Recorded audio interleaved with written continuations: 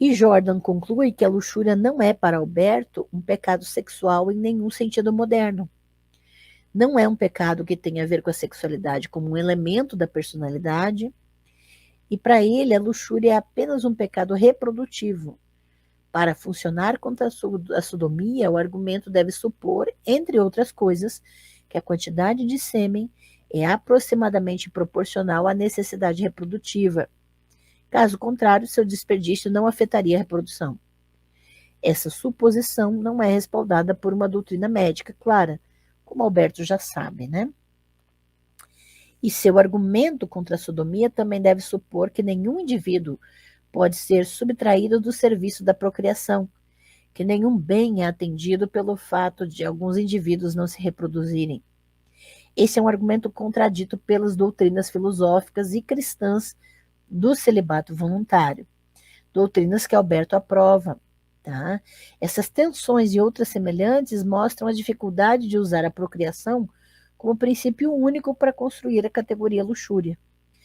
Então, veja que é extremamente problemático e não resolve a questão da mesma maneira. Alberto conhece as dificuldades e, por isso, tenta complementar a lei da procriação com um apelo tanto aos propósitos dos órgãos genitais quanto aos perigos do prazer. Com isso, ele espera conseguir um melhor equilíbrio entre os argumentos contra a sodomia infértil e contra a fornicação fértil. Poucos anos depois, Alberto volta à questão da cópula entre pessoas do mesmo sexo na estrutura mais familiar de um comentário sobre Sentenças de Pedro Lombardo. Aqui, Alberto começa ensinando que Deus criou a diferença sexual para o bem da geração. A reprodução humana teria ocorrido no paraíso, mas com um verdadeiro prazer que não sufocaria a razão e sem nenhuma dor no parto. O raciocínio aqui de ambos os lados é médico, e Galeno é citado explicitamente no artigo seguinte, onde a questão é se o matrimônio é remédio para a doença do desejo desordenado. A questão da cópula entre pessoas do mesmo sexo é abordada 5 sessões depois, mas indiretamente em um artigo sobre se pode haver algo contra a natureza na cópula entre um homem e uma mulher casados. Alberto não pode sequer começar a discutir essa questão sem exclamar que esses assuntos imundos têm de ser tratados hoje em dia por causa das coisas monstruosas que se ouvem em confissão. Ele então distingue 2 tipos de antinaturalidade estrita dos órgãos genitais. O mais antinatural é quando esse órgão não é usado para o ato para o qual foi criado, ou seja, quando o órgão é colocado em um recipiente inadequado.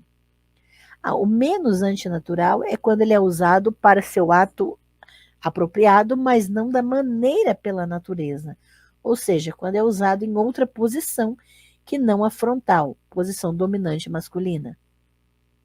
Somente o ato mais antinatural é necessariamente um pecado mortal. Algumas variações de posições são permitidas por motivos médicos, por exemplo, por causa da obesidade ou durante a gravidez. Mas qualquer uso do órgão que não seja para a cópula com a esposa é intrínseco e letalmente pecaminoso. Os argumentos anatômicos em defesa de posições alternativas são detalhados e, portanto, tornam a ausência de argumentos análogos para justificar a cópula entre pessoas do mesmo sexo. Várias noções diferentes sobre formação de órgãos são invocadas aqui. Uma noção é que qualquer operação pela qual os órgãos possam realizar seus fins é legítima. Portanto, qualquer tipo de cópula conjugal que leve o sêmen ao útero é legítimo. Uma segunda noção é que a teleologia dos órgãos é recíproca, ou seja, como o pênis e a vagina foram feitos um para o outro, qualquer cópula que una os dois adequadamente é aceitável. A essas noções, Alberto opõe uma outra, extraída da História dos Animais de Aristóteles. A noção sustenta que a teleologia dos órgãos reprodutivos humanos deve ser inferida a partir do que é diferente nos seres humanos. Olha o raciocínio dele.